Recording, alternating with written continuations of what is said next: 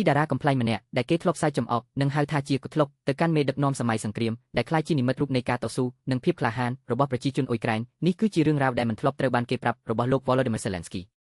វីដេអូឯកសារនេះក្រោមចំណងជើងថា The Untold Story of Volodymyr Zelensky ត្រូវបានចេញផ្សាយដោយ Channel Biographer នៅថ្ងៃទី16 ខែមីនា ឆ្នាំ2022គ្រាន់តែប៉ុន្មានសប្តាហ៍បន្ទាប់ពីការឈ្លានពានរបស់រុស្ស៊ីបានចាប់ផ្ដើមដោយបាននាំយើងធ្វើដំណើរត្រឡប់ទៅកាន់ឫសគល់និងការឡើងកាន់អំណាចដែលមិននឹកស្មានដល់របស់បុរសម្នាក់នេះលោក Zelensky កើតនៅថ្ងៃទី25ខែមករាឆ្នាំ1978នៅក្នុងទីក្រុង Kryvyi Rih ដែលជាមជ្ឈមណ្ឌលឧស្សាហកម្មដែកថែបនៅភាគកណ្ដាលនៃប្រទេសអ៊ុយក្រែនក្នុងគ្រួសារជ្វីវ Jewish ដែលមានឪពុកជាសាស្ត្រាចារ្យផ្នែកវិទ្យាសាស្ត្រកុំព្យូទ័រនិងម្ដាយជាវិស្វករតាំងពីក្មេង Zelensky បានបង្ហាញចំណាប់អារម្មណ៍លើការសម្ដែងនិងការកំ pl ហើយនៅអាយុ16ឆ្នាំគាត់បានចូលរួមក្នុងការប្រកួត Cannes Comedy Competition ដែលជាកម្មវិធីប្រកួតកំ pl ដ៏ពេញនិយមនៅក្នុងទ្វីបអឺរ៉ុបខាងកើតហើយបានបង្កើតក្រុមផ្ទាល់ខ្លួនរបស់គាត់ឈ្មោះ95 Quarter បន្ទាប់ពីបានបញ្ចប់ការសិក្សាផ្នែកច្បាប់នៅសាកលវិទ្យាល័យ Kryvyi Rih Zelensky បានសម្រេចចិត្តបោះបង់ចោលអាជីពផ្នែកច្បាប់ដើម្បីដេញតាមក្តីសុបិនក្នុងវិស័យកម្សាន្តហើយបានបង្កើតក្រុមហ៊ុនផលិតកម្មឈ្មោះ Vartel 95 Studio ក្រុមហ៊ុនរបស់គាត់បានផលិតរឿងកំ pl កម្មវិធីទូរទស្សន៍និងភាពយន្តជាច្រើនដែលទទួលបានជោគជ័យយ៉ាងខ្លាំងនៅក្នុងប្រទេសអ៊ុយក្រែននិងរុស្ស៊ីដែលធ្វើឲ្យ Zelensky ក្លាយជាតារាកំ pl និងជាអ្នកផលិតដែលមានទ្រព្យសម្បត្តិចំណុចរបត់ដ៏ធំមួយនៅក្នុងជីវិតរបស់គាត់បានកើតឡើងនៅឆ្នាំ2015នៅពេលដែលគាត់បានសម្ដែងនៅក្នុងរឿងកំ pl ទូរទស្សន៍ឈ្មោះ Servant of the People គណៈបម្រើប្រជាជនដែលគាត់បានសម្ដែងជាគ្រូបង្រៀនប្រវត្តិសាស្ត្រដែលបានក្លាយជាប្រធានាធិបតីបន្ទាប់ពីវីដេអូរបស់គាត់បានរីករាលដាលនៅលើបណ្ដាញសង្គមរឿងនេះដែលពិពណ៌នាអំពីគ្រូបង្រៀនស្មោះត្រង់ម្នាក់ដែលប្រយុទ្ធប្រឆាំងនឹងអំពើពុករលួយនិងអភិជនបានក្លាយជាការពេញនិយមយ៉ាងខ្លាំងហើយបានបំផុសគំនិតឲ្យ Zelensky បង្កើតគណបក្សនយោបាយដែលមានឈ្មោះដូចគ្នាគឺ Servant of the People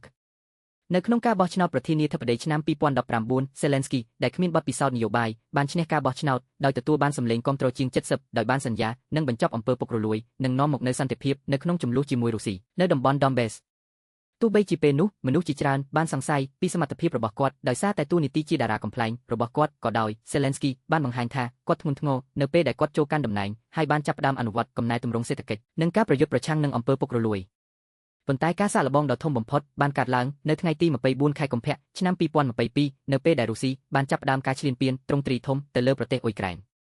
ខណៈពេលដែលរដ្ឋាភិបាលបស្ចិមប្រទេសនិងសហរដ្ឋអាមេរិកបានផ្ដល់ជម្រើសឲ្យគាត់ជម្លៀសខ្លួនទៅកាន់ទីកន្លែងមានសុវត្ថិភាព Zelensky បានបដិសេធហើយបានសម្រេចចិត្តស្នាក់នៅក្នុងរដ្ឋធានី Kiev ដើម្បីដឹកនាំការតស៊ូរបស់ប្រជាជនអ៊ុយក្រែនតាមរយៈវីដេអូខ្លីនៅលើបណ្ដាញសង្គម Zelensky បានក្លាយជាសម្លេងនៃក្តីសង្ឃឹមនិងការតស៊ូដោយបានជំរុញប្រជាជនអ៊ុយក្រែនឲ្យការពារប្រទេសរបស់ពួកគេហើយបានអំពាវនាវដល់សហគមន៍អន្តរជាតិឲ្យផ្ដល់ជំនួយនិងដាក់ទណ្ឌកម្មទៅលើរុស្ស៊ីការបដិសេធមិនព្រមចាកចេញនិងការក្លាយជាគោលដៅនៃការប៉ុនប៉ងធ្វើឃាតជាច្រើនលើកបានធ្វើឲ្យ Zelensky ក្លាយជាវីរបុរសនៅក្នុងក្រសែភ្នែករបស់ប្រជាជនអ៊ុយក្រែននិងពិភពលោកដោយអ្នកខ្លះបានប្រៀបធៀបគាត់ទៅនឹងលោក Winston Churchill អតីតនាយករដ្ឋមន្ត្រីអង់គ្លេសក្នុងកំឡុងសង្គ្រាមលោកលើកទី2 The Untold Story of Volodymyr Zelensky គឺជាឯកសារដ៏សំខាន់មួយដែលផ្ដល់នូវការយល់ដឹងអំពីផ្លូវជីវិតរបស់បុរសម្នាក់ដែលបានផ្លាស់ប្ដូរពីការកំ pl ទៅជាមេដឹកនាំសម័យសង្គ្រាមដោយបានបន្សល់ទុកនូវសញ្ញាណយ៉ាងជ្រាលជ្រៅមិនត្រឹមតែលើប្រវត្តិសាស្ត្រអ៊ុយក្រែនប៉ុណ្ណោះទេប៉ុន្តែថែមទាំងលើសណ្ដាប់ធ្នាប់ពិភពលោកនាពេលបច្ចុប្បន្ននេះផងដែរនេះជាការបញ្ចប់របាយការណ៍ពីកម្មវិធីពិភពលោកនិងមេដឹកនាំសូមអរគុណសម្រាប់ការតាមដានហើយយើងខ្ញុំសូមជួបគ្នាថ្មីនៅក្នុងវីដេអូបន្ទាប់ទៀត